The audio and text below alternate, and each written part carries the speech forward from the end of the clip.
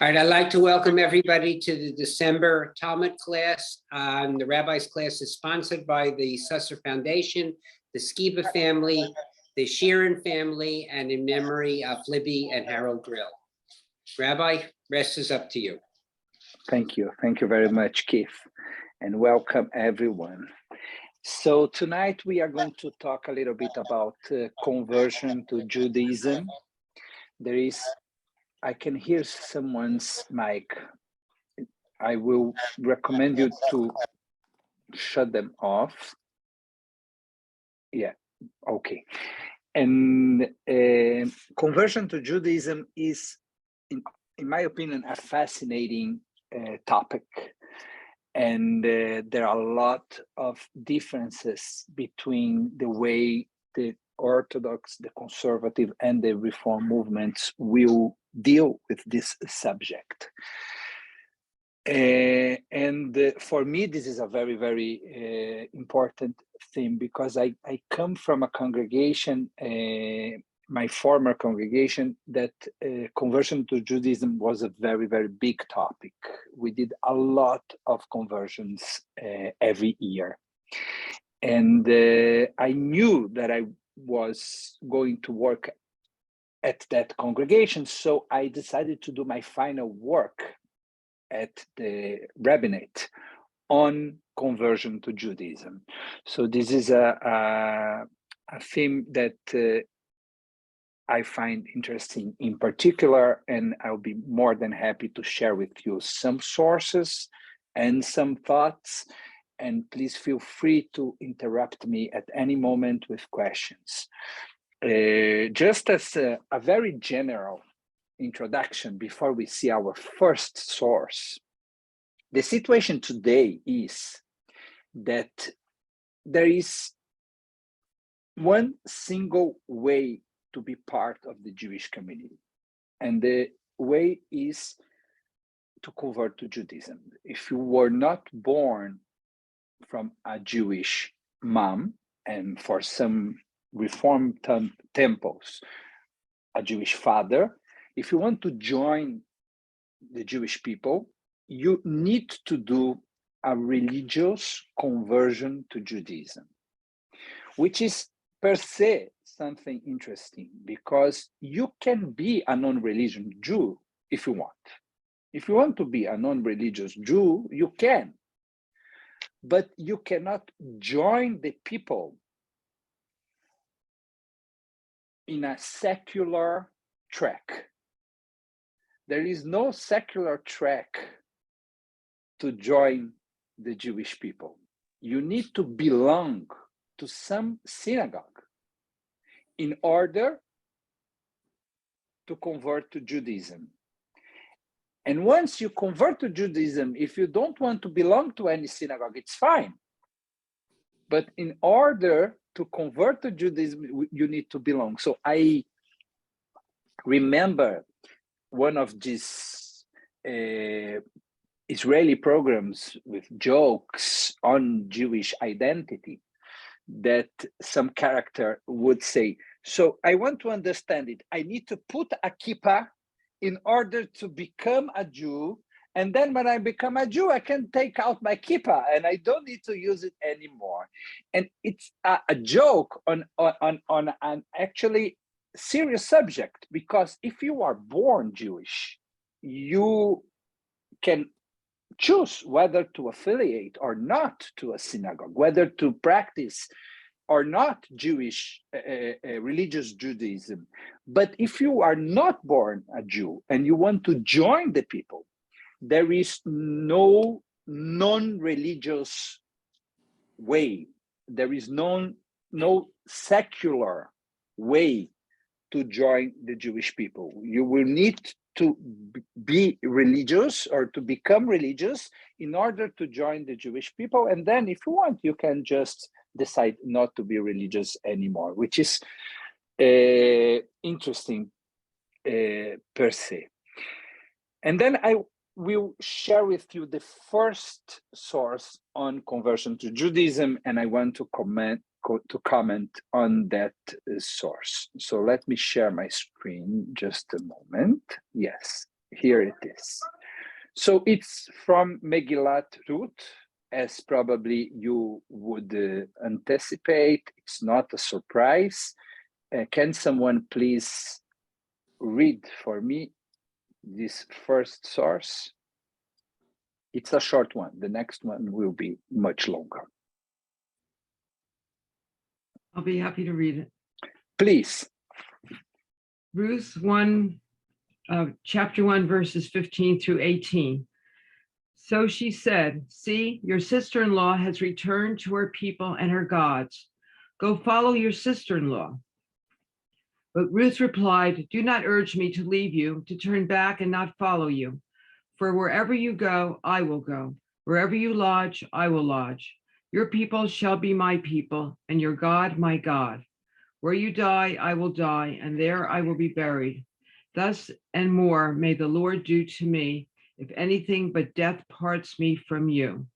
When Naomi saw how determined she was to go with her, she ceased to argue with her. Thank you very much. So I stopped sharing because I want to have a conversation with you on this first source before we go on. Ruth is considered to be the first person and the first woman to convert to Judaism. And this was her conversion process, the one we just read.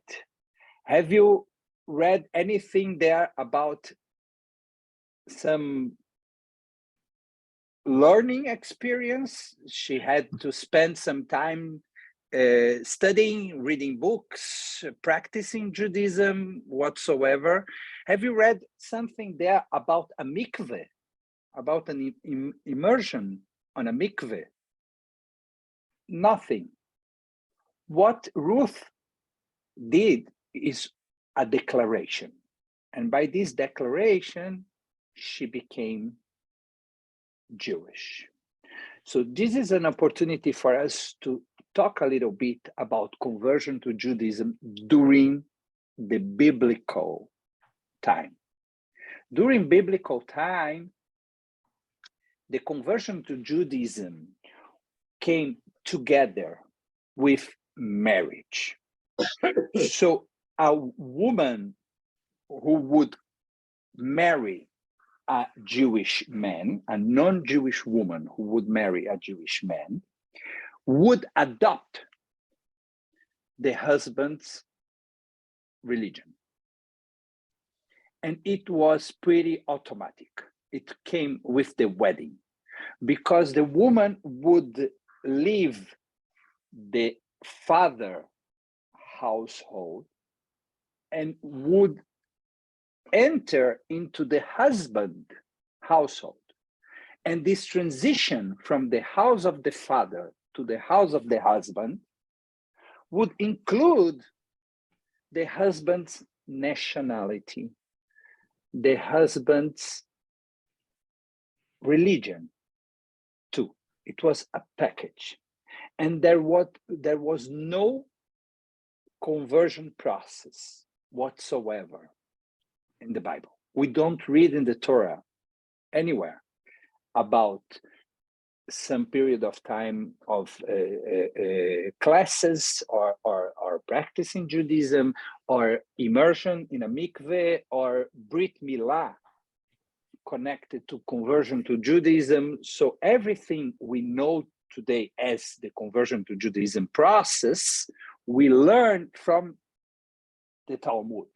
And we will see together the original source, the original Talmudic source that teaches us the process to convert to Judaism. But during biblical times, to convert to Judaism meant to leave one father's household and to enter into the mother, into the husband household.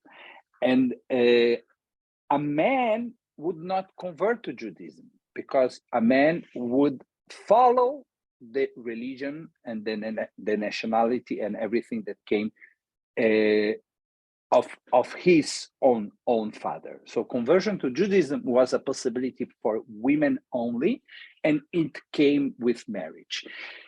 And to say that Ruth is the first is also very, very symbolic, because actually the first Jews, the first matriarchs, all of them came from different religions into Judaism.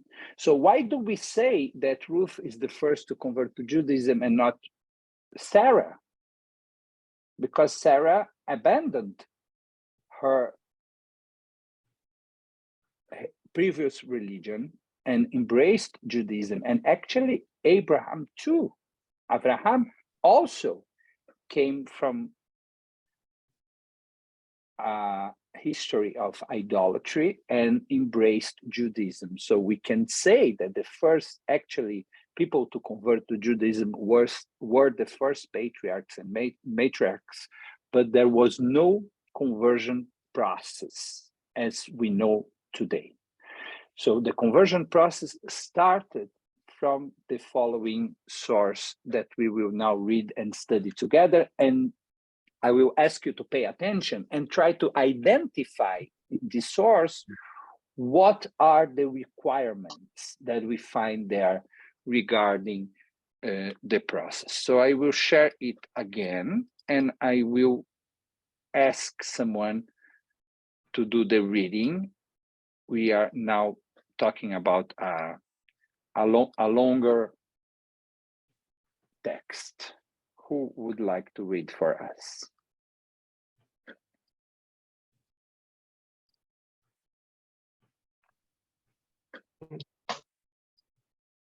Yes, Harold, thank you.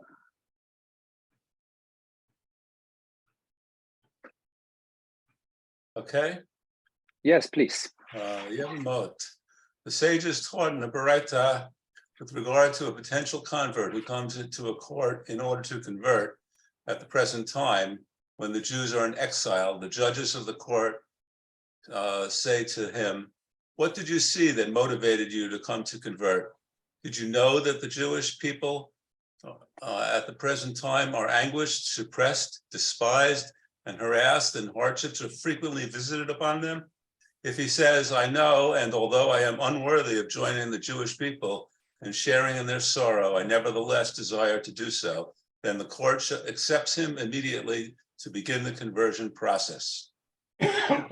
Okay, so the process before the process, how would you describe, any of you, please, this is a conversation, how would you describe the process before the process? So what needs to happen before someone is accepted to the conversion process? Yes, David. They have to show that they have informed consent. They know what they're getting themselves into. Mm-hmm. Perfect. So as a lawyer, the person needs to show consent. The person needs to show that he or she is aware of what does it mean to become a Jew or to be a Jew. And once the person shows readiness and awareness, so the process will begin. So let us jump into the process itself. Harold, could you read some more? Sure. And the judges of the court inform him of some of the lenient mitzvot and some of the stringent mitzvot, and they inform him of the sin of neglecting the mitzvah to allow the poor to take gleanings, forgotten sheaves, and produce in the corner of one's field, and about the poor man's tithe. And they inform him of the punishment for transgressing the mitzvah as follows. They say to him, "Be aware that before you came to this status and converted, you had eaten forbidden fat. You would not be punished by karet, and had you profaned Shabbat, you would not be punished by stoning, since these prohibitions do not apply to Gentiles. But now, once converted, you have eaten forbidden fat. You are punished by karet if you have a profane Shabbat, you are punished by stoning.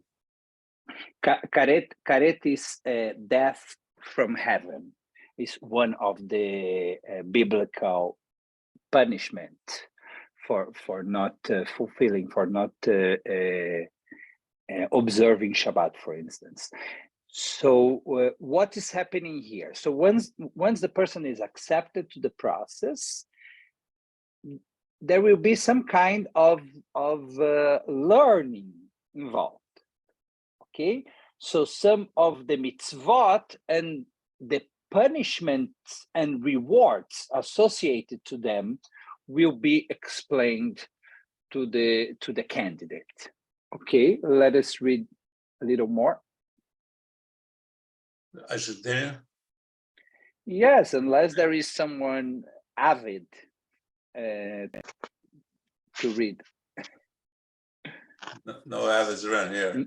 No avids. Okay. And just as they inform him about the punishment for transgressing the mitzvot, so too they inform him about the reward granted for fulfilling them. They say to him, be aware that the world to come is made only for the righteous. And if you observe the mitzvot, you will merit it. And be aware that the Jewish people at the present time are unable to receive their full reward in this world. They are not able to receive either an abundance of good nor an abundance of calamities, since the primary place for reward and punishment is in the world to come, and they do not overwhelm him with threats, and they are not exacting with him about the details of the mitzvot. Okay, so we before read about the punishments, and now we are reading also about the rewards. So both rewards and punishments are taught to the candidate.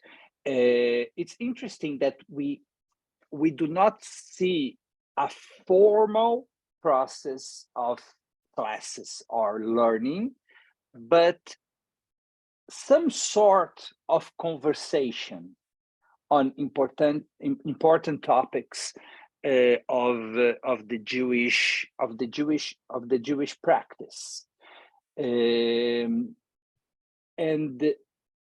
as we will see in a while, and we will talk a little bit in a while, the different movements took this passage to different places. The Reform movement would offer the candidate a formal course that will include philosophy and Jewish thinking, but not necessarily will require a lot of practice, not for sure halachic practice in the Reform movement. On the opposite end, the Orthodox movement will require a lot of practice, a lot of practical commitment, and not necessarily classes, not necessarily a lot of theory in the Orthodox movement. And us, the conservative movement, will try to bridge between the two of them. So we would probably be the movement that try to balance theory and practice. So we would require from the candidate some knowledge on Judaism, but not only knowledge, some practice too, a combination of the two of them. And every congregation will have a different standard, because also every congregation is a little bit different in terms of practice. Okay, let us keep on going a little bit more. If he accepts upon himself all of these ramifications, then they circumcise him immediately. If there still remain on him shreds of flesh from the foreskin that invalidate the circumcision, they circumcise him again a second time to remove them.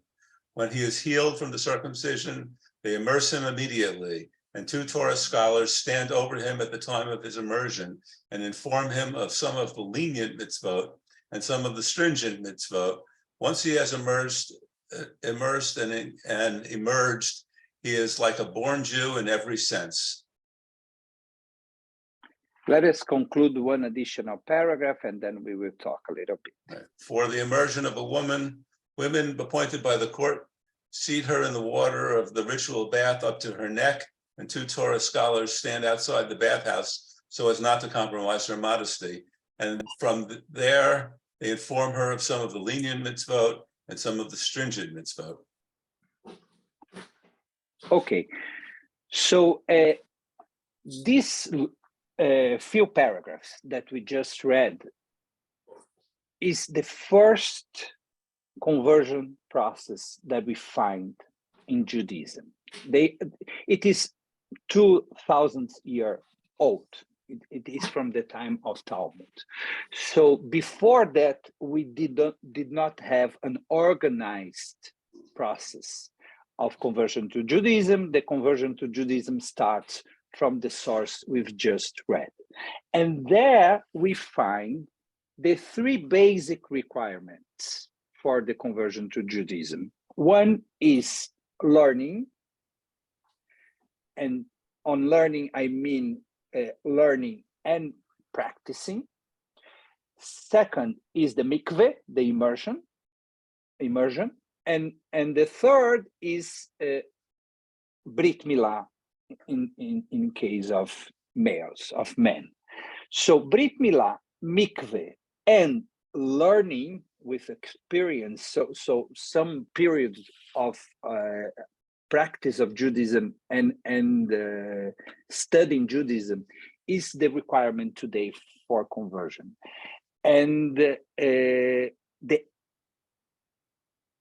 how each of those steps, each of these steps will be stressed, it depends on the movement and also on the congregation. So once again, when we talk about the Reform movement, some Reform congregations will not require mikveh, will not require immersion, and will not require brit milah, because their relationship with halacha is that halacha is a recommendation and not a law, and not something that you are really required to fulfill. So it is possible in a Reform congregation that a conversion to Judaism will not include the brit milah or the immersion. And probably the emphasis in this Reform congregation will be in the process. So a lot of study and classes and participation in the congregation will be required, but not necessarily the brit milah and the mikvah. For both the conservative and the Orthodox movements, mikvah and brit milah are requirements 100%. So you cannot have a conversion to Judaism without brit milah. You cannot have a conversion to Judaism without an immersion in a kosher mikveh. It's absolutely necessary for both the conservative and the Orthodox movements. So what is the difference between the Orthodox and the conservative process?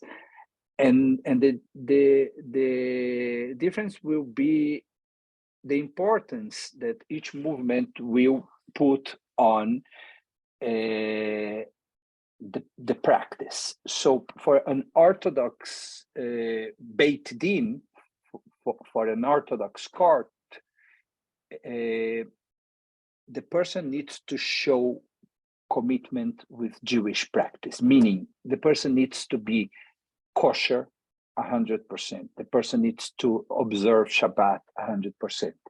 And obviously go frequently to an Orthodox synagogue in order to be accepted.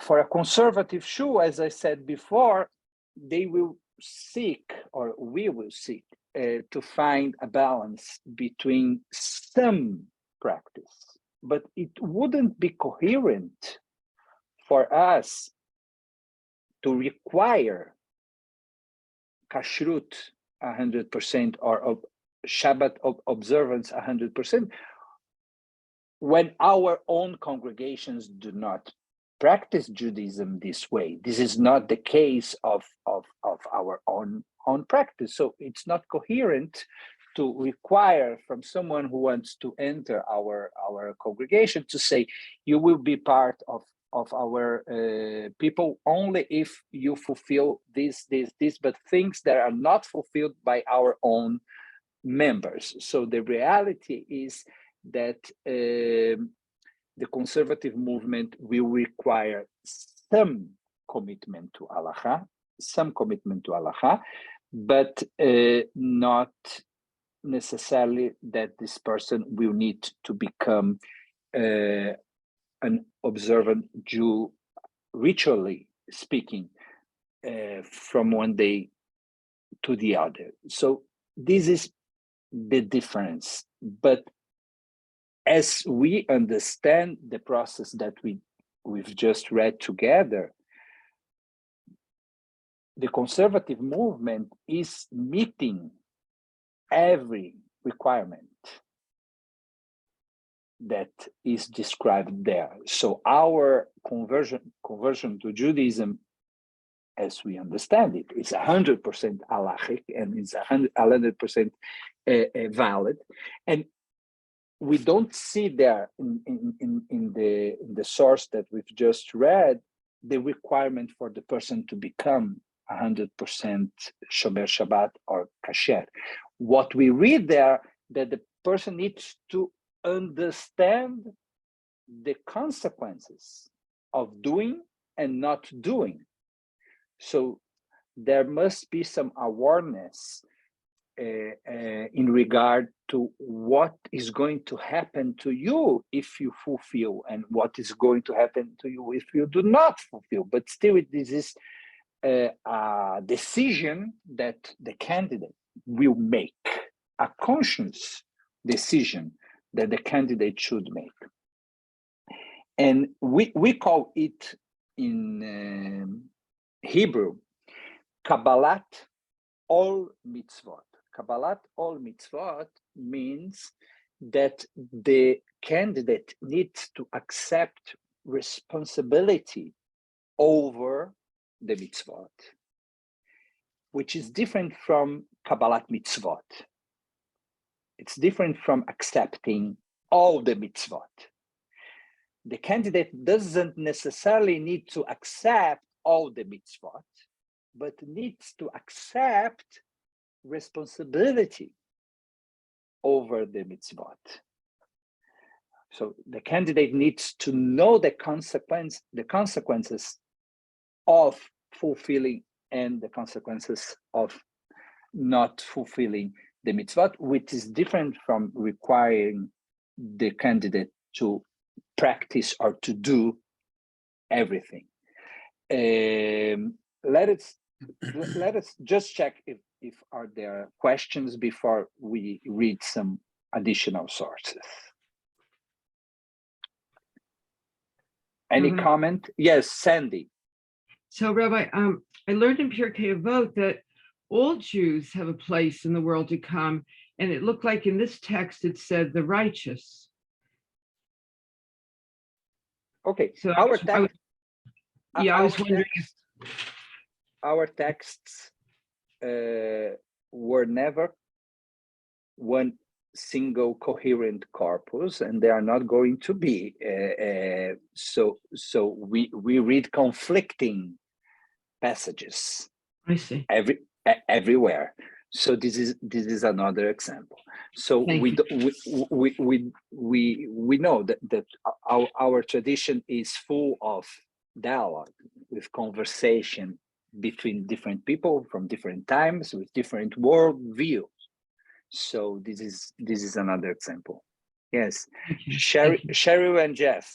I don't know Yes, who what is happens raising their if hand. what happens if someone has, well, because we're having dinner and I didn't want everybody to watch us eating, but what happens if someone is circumcised medically and then decides to become, and they're not Jewish? How, if they're already circumcised, what do they do? So there is a ceremony called Atafat Dam Brit, in which a drop of blood needs to be taken from the penis in order to transform the surgery into a Jewish ritual. So the surgery the person had will be transformed into a Brit Milah by a ceremony that includes taking a drop of blood from the penis of the candidate. Okay. Yeah, it's called Atafat Dam Brit. Okay. Any other question?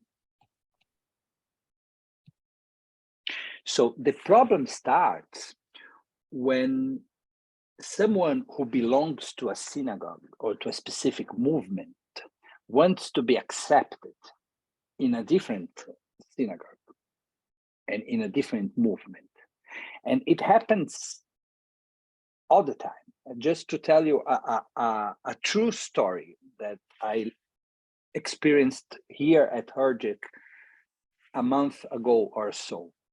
A couple came before me and said, we want you to perform our marriage, to do our wedding ceremony.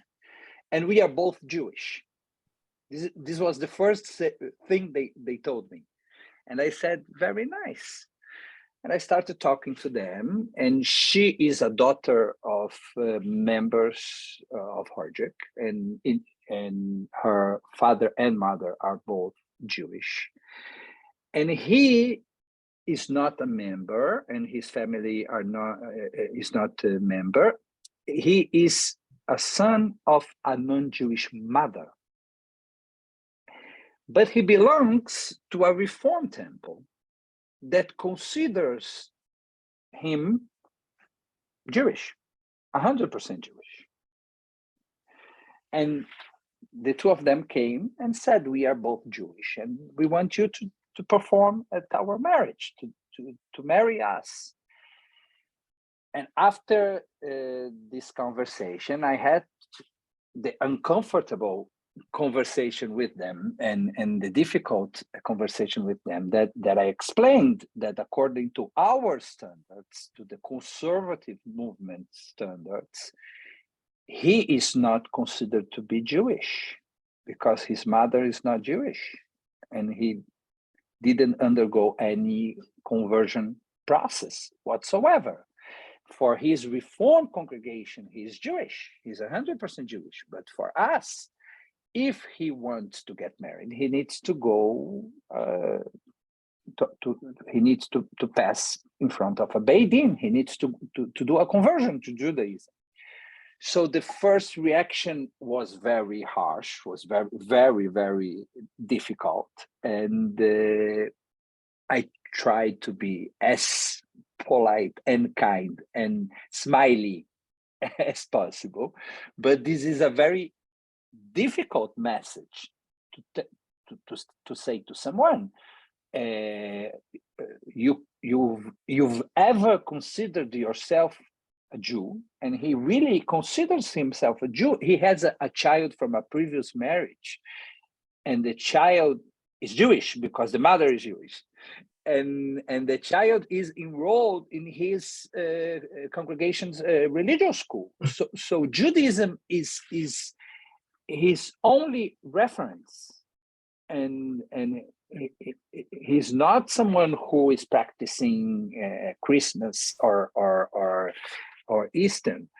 Judaism is his religion, but halachically speaking, we have a problem there, and we need a process in order to make him officially Jewish, and in order to allow me as their rabbi to perform at their marriage.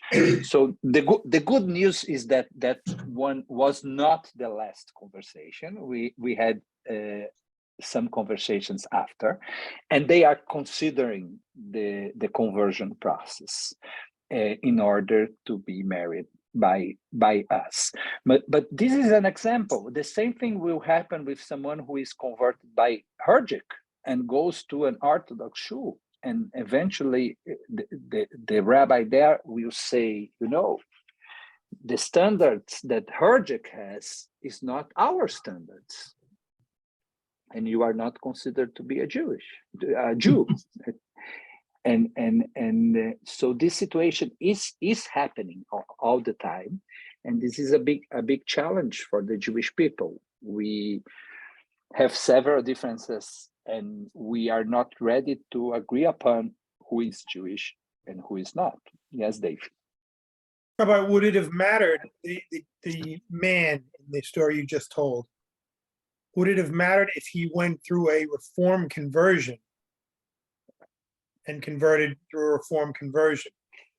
So as long as the basic requirements were there, I would be happy to accept the reform conversion, but I would need at least Brit Milah and immersion. It's immersion or immersion? Immersion. Immersion. Okay. All good. Okay, thank you, Lisa. So as long as the halachic requirements are there, yes. And there must be also some sort of beit din, some sort of court.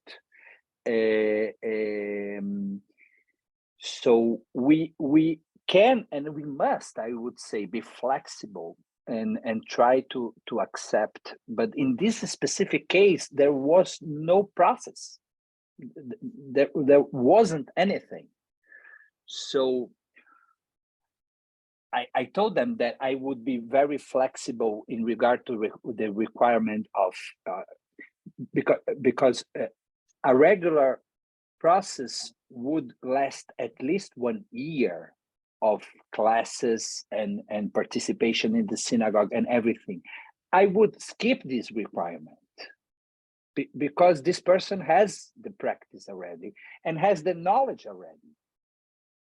But there would be some kind of beit din, some kind of rabbinical court, and some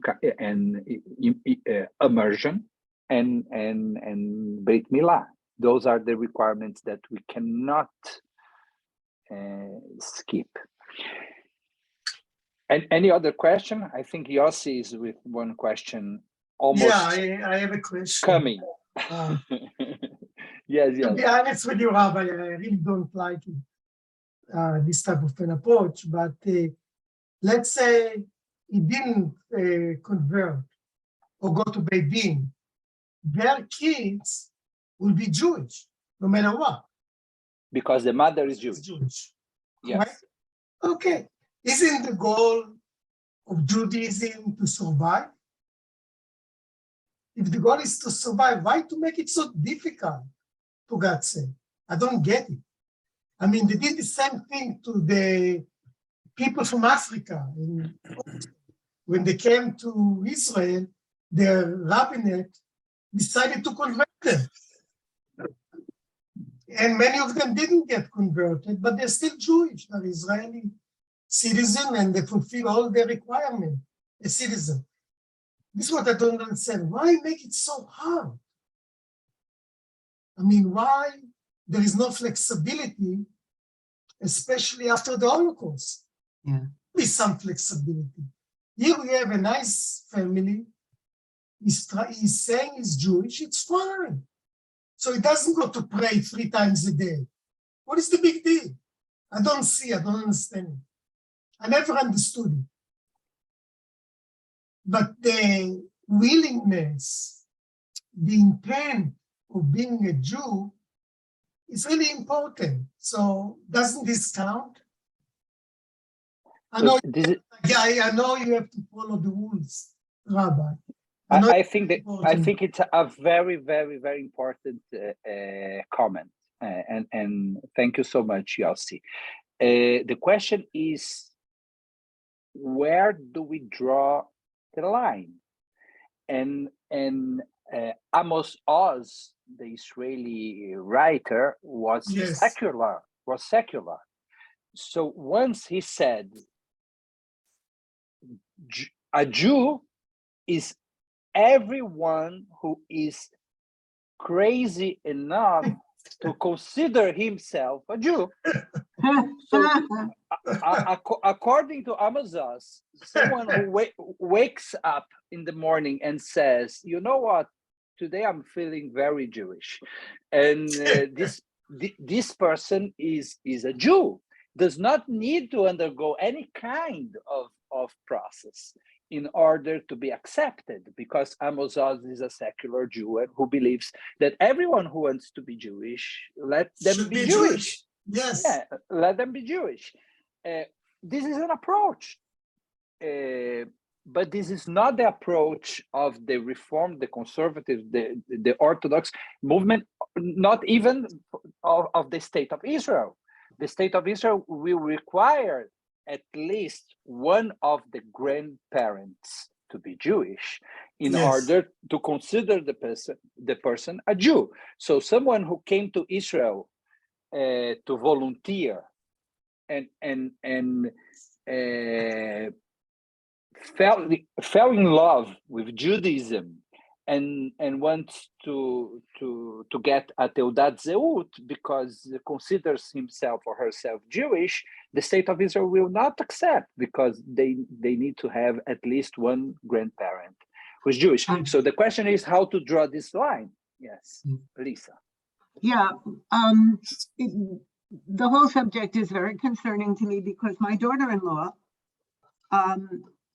is a convert. She converted with a conservative rabbi in Chicago in front of the Beit Din. She studied, she was immersed, everything was fine. But they said to her, do not expect, do not even imagine that in any way, shape, or form you will be accepted by any Orthodox branch of Judaism, and do not think that Israel will in any way accept you if you guys ever decide to go to Israel, which has always made me think that this idea that at least one of your grandparents must be Jewish and we can only accept the Orthodox conversions, blah, blah, blah, is coming in uncomfortably close to how certain authoritarian regimes defined Judaism, a technique of which we should be, it seems to me, fearful, right? One drop of blood from a grandparent makes you a Jew, and all the conversions in the world do not. It upsets me. Is this a Reform or Conservative temple? She converted in a conservative temple with a conservative rabbi. No, it was fully conservative. She knows a few things about Judaism that even I don't know from her studying. And this is my experience too. So people who convert to Judaism tend to be much more committed to Judaism than people who are born and take it for granted. So my experience is that the conversion to Judaism can be very, very, very successful. Can be very successful. And something in this story that you told, Lisa, is not accurate. The State of Israel recognizes conversions made by non-Orthodox rabbis outside of Israel. Yes. The non-Orthodox rabbis are not allowed to convert inside Israel, but outside Israel, the hundreds of conversions that I did in my former congregation, many of them made aliyah and were fully accepted by the State of Israel. They are not accepted by the rabbinate. because the rabbinate is Orthodox.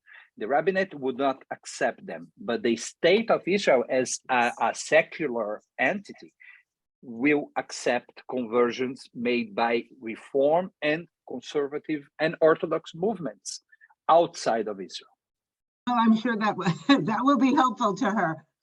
Yeah, It's sure. interesting that that's not what she was told again by a conservative rabbi, but hey. It's No. really interesting, but I'm absolutely positive about this. Good. Yes, yes. As long as the rabbi and the congregation are real Real. ones, they really belong to the rabbinical assembly, to the institutions of the movement. The conversion is fully accepted by the state of Israel. We need to remember that the rabbinate is very strong in Israel, the Orthodox rabbinate, and they have. Yes, Ed, you can participate anytime, even if we don't see you. No, he's trying to get an answer to something completely different. Yes. And you don't care about my daughter's babysitting issue, so don't worry about it.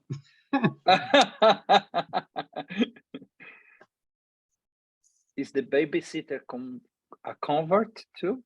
Oh, no, the babysitter was me this week. Right? That's why I was late and I apologize. Right. No problem. Thanks for being here. So the attitude of our rabbis towards the convert wasn't always an easy one. And there were situations, historically speaking, that the converts were those who betrayed the Jews in order to be saved during the Roman Empire, for instance. And it made the result was that the attitude of the rabbis regarding converts was, generally speaking, very positive, but sometimes not so positive. So I'd like to show you some examples on the next sources. So who would like to read this very short one from Yevamot?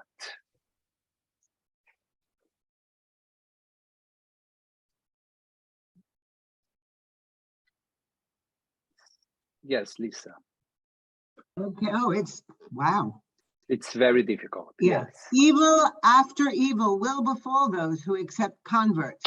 Rabbi Chelbo says converts are difficult for the Jewish people, like a leprous sore on the skin. Ooh. So this is a terrible example of this conflicting attitude that the rabbis had towards converts. But the vast majority of the sources are not like this. So let us read the next one to breathe again. Still me? All right. Yes, please. Rabbi you read so Simeon. beautifully. Rabbi Simeon, the son of Lachish, declared, a proselyte is more precious in the sight of the Holy One, blessed be he, than those who stood at the foot of Sinai. Why is this so? If those who stood at the foot of Mount Sinai had not experienced the thunder, the flames, the lightning, the quaking of the mountain, and the sound of the shofarot, they would not have accepted the yoke of the kingdom of heaven upon themselves. Whereas the proselyte, who witnessed none of these things, makes himself acceptable to the Holy One, blessed be he, and receives upon himself the yoke of the kingdom of heaven. Is there anyone more precious than this?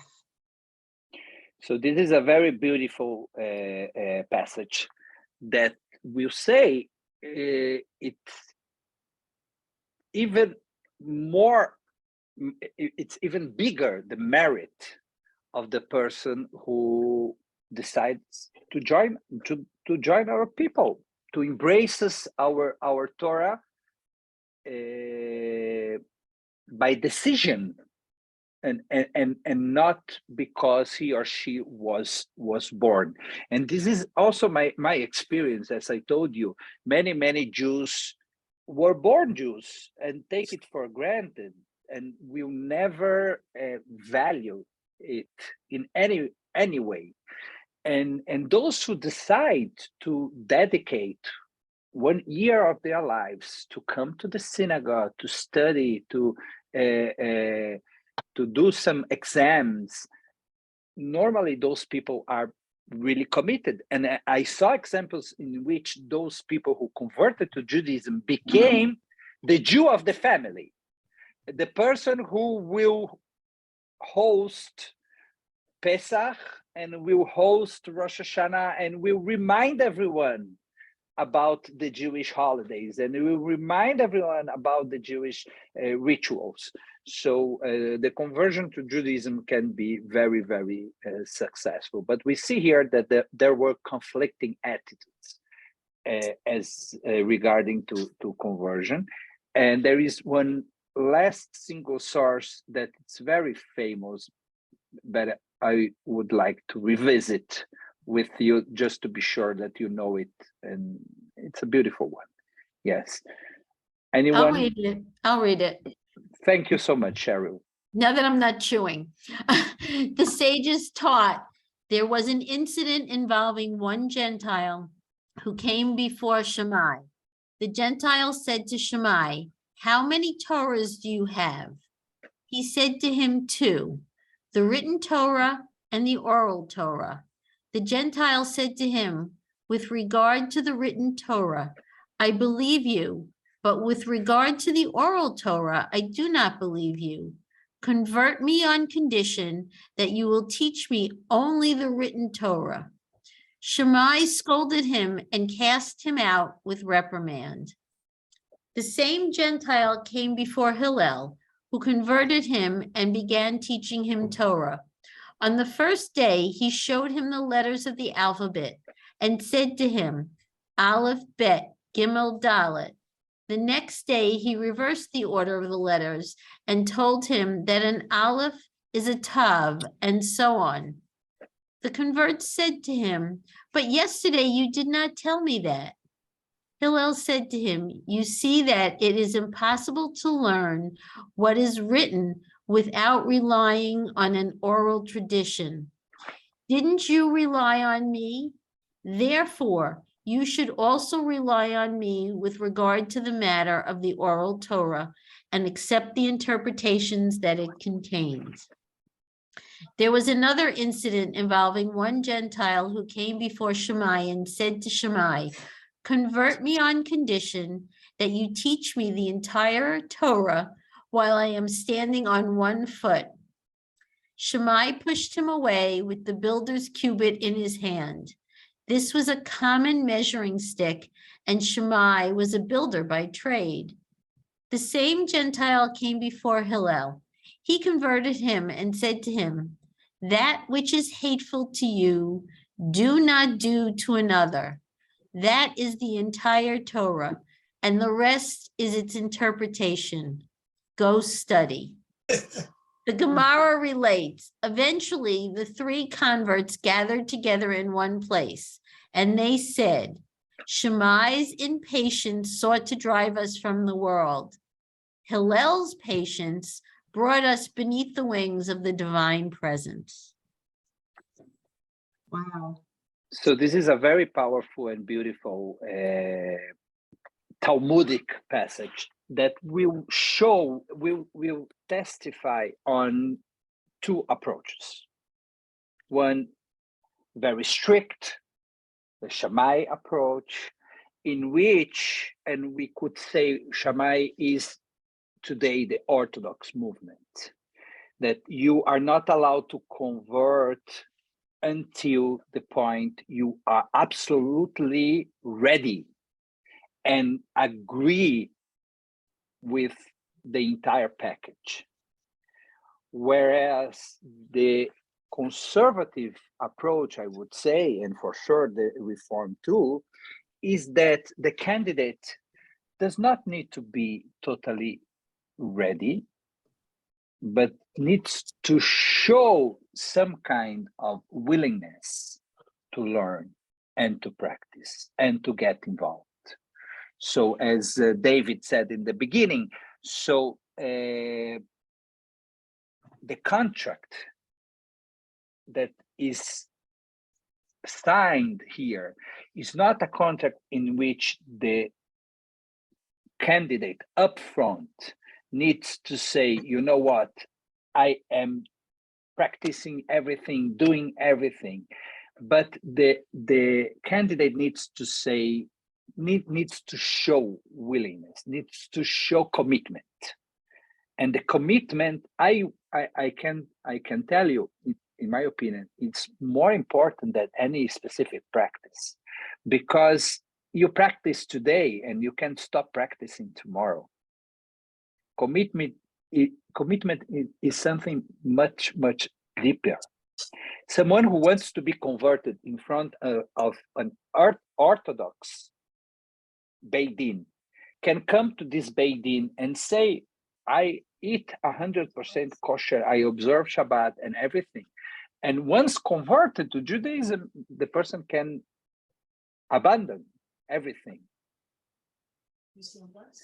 And this is the reason I really think that more important than the practice is the commitment. When I told you the difference between Kabbalat mitzvot, accepting the mitzvot, or Kabbalat all mitzvot, accepting the responsibility over the mitzvot, I think the second one is much important. The idea that you are taking your Jewishness seriously. You are showing that you are going to a place of commitment and responsibility. I would say it's more important than any specific practice. And according to Hillel, we need to first bring people in. Maybe Yossi, this is the approach that is the closest to your approach.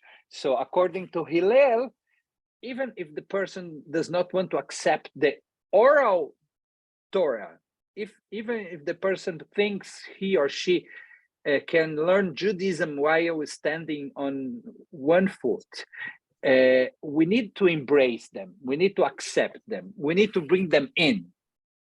And then with love, with patience, we will teach them our wisdom, our contents. So I am a conservative rabbi, so I really think that our approach is a good one. I really believe our approach is a good one. So I think we try to find this balance between a fair amount of knowledge and a fair amount of practice, without going crazy and saying, if this person is not keeping, is not doing, is not practicing, we don't need to, in Hebrew we say, Yossi, we will understand, livdok b'tzitziot. We don't need to check the tzitzit of anyone. We don't need to go after anyone to see what he or she is doing. But we require commitment. We require commitment. And a person who comes to 1 year of classes and experiencing Judaism in the synagogue and everything, to my opinion, is a person that deserves to be embraced, because he or she is showing commitment. But every case is a world. Any additional questions or comments? Yashikoa, Rabbi, excellent. Thank you, Barry. I'm glad you liked.